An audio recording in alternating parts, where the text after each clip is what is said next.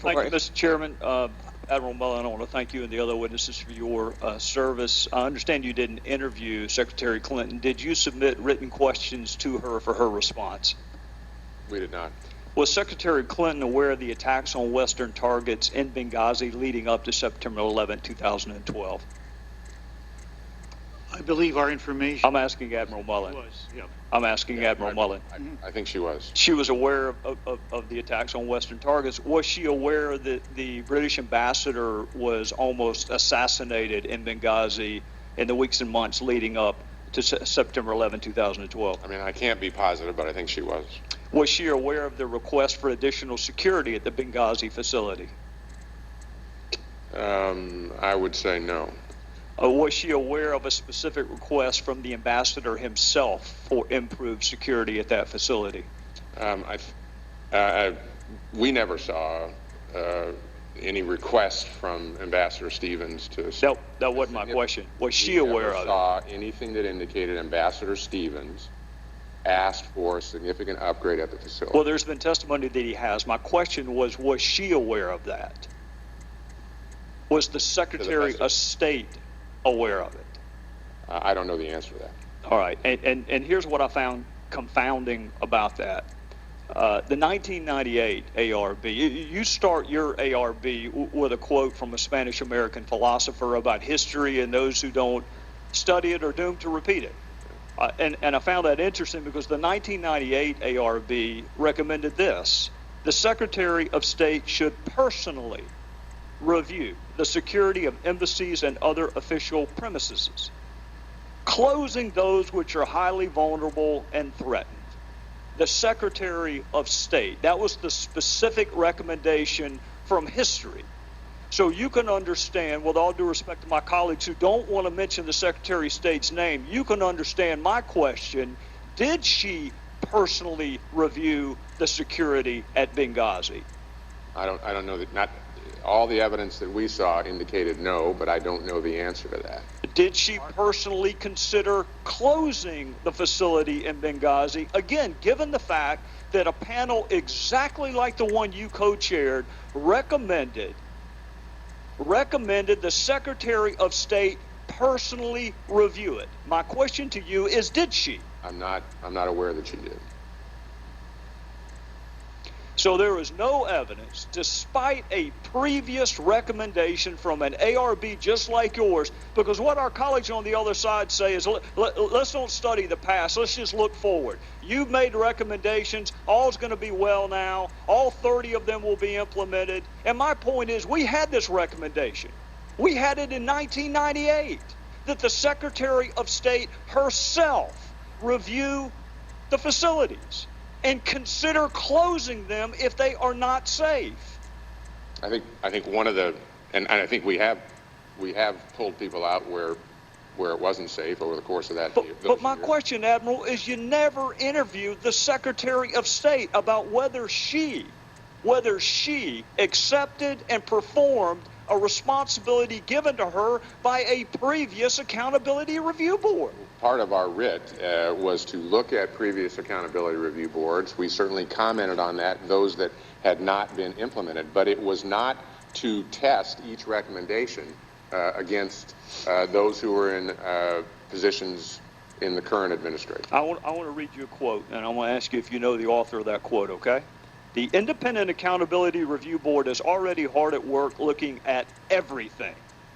Not cherry picking one story here or one document there, but looking at everything. Do you know who the author of that quote was? Secretary Clinton. How could you look at everything when you don't even bother to interview the person who is ultimately responsible for what happens at the State Department? I think we've explained that we found no evidence that she was involved in the decision-making and no need, therefore, to do that. But I just cited for you, it is her responsibility. According to an ARB just like yours from 1998, she should personally review it. Did you ask her whether she was familiar with that previous ARB recommendation? We didn't interview her, so obviously we didn't ask her. I'm going to read you another quote. Over the last several months, there was a review board headed by two distinguished Americans, Mike Mullen and Tom Pickering, who investigated every element of this, with this being Benghazi, do you know the author of that quote? No. Barack Obama. Did you interview him and ask whether he made any calls to any of our allies in the region and said, can you help us? Our guys are under attack. We did not. Admiral, my colleague Jason Chaffetz asked you about Cheryl Mills and a conversation you had with her. And I noted 2 different times. You said you wanted to give her a heads up. And make no mistake, she's the lawyer for Hillary Clinton. She's the counsel for the State Department. You wanted to give her a heads up. A heads up about what? I specifically said that having interviewed Charlene Lamb and knowing that she was going to appear in Congress, that I thought she would not be, that she would be a weak witness. Were you concerned that she would tell the truth or not tell the truth? When you say not be a good witness, what was your concern? I wasn't concerned about whether she'd tell the truth or not. Well, that had nothing to do with it. Gentleman's time has expired. I thought there was a practice of going 2 minutes over. I don't know why I possibly could have thought that based on being here for the Mr. Chairman, I would ask the gentleman to be given another minute, because I'd like to hear the answer to that question myself. Not objections to order. Thank you. Could you answer his question? The last question. Maybe you could repeat the question. The question was a heads up about what? Were you concerned that she would tell the truth or not tell the truth? No, that had nothing to do with it. I don't take, would never question the integrity of Charlene Lamb. Did you think she was just not going to be an effective witness? Would the gentleman just let him answer? That's why I just want to get it full answer. I'm trying to help him, man. He's been around 40 years in the military, so he knows how to answer a question. I explained before, Mr. Gowdy, I had run departments. I had dealt with witnesses who came to Congress and representing the departments that I was in as best we possibly could. The intention of the heads up was to just, having sat down with Lamb, it was the first time I met her in our interview, that I thought there could be better witnesses to represent the department. It had nothing to do with the ARB. Better witnesses from what standpoint? At that time and place with respect to the events which had occurred in Benghazi. Well, Admiral, wasn't she a fact witness? I mean, the facts pick the witnesses. I mean, the State Department doesn't pick witnesses. The facts pick the witnesses. She was a fact witness, right? So whether she's good or bad is immaterial. She's a fact witness. Yeah, I approached it from the standpoint of having run a department and many times working to have the department represented as best as we possibly could. That was it. Well, in conclusion, Admiral, let me just say from my previous life, I well understand having bad witnesses. I had plenty of cases where I wished I could have picked them, but I couldn't. She was a fact witness. The fact that she was not going to be a good fact witness for the State Department, to me, is immaterial. She's a fact witness. This is one. Would the gentleman yield on minute time that we neither one of us have? But just one thing, gentleman, yield real quick. Sure. This is the question, and the reason why I want to hear your answer is, this has, as I'm listening to you, this has nothing to do with honesty and integrity with regard to what the witness would say.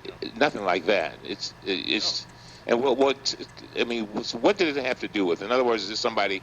For example, if it's somebody who may not know the facts, may not understand. I mean, just what? I mean, I take Mr. Gowdy's point. She certainly was a fact witness. It was, from my perspective, a judgment that she hadn't done this before. Obviously, this was a terribly important issue, and to be able to represent that, particularly early in the process, I thought was very important, and that was the sole reason. And I take it that you wanted the best information to come to the ARB. At that point, sure. To the Congress. Congress. Very well. This had nothing to do with the ARB. All right. I yield back.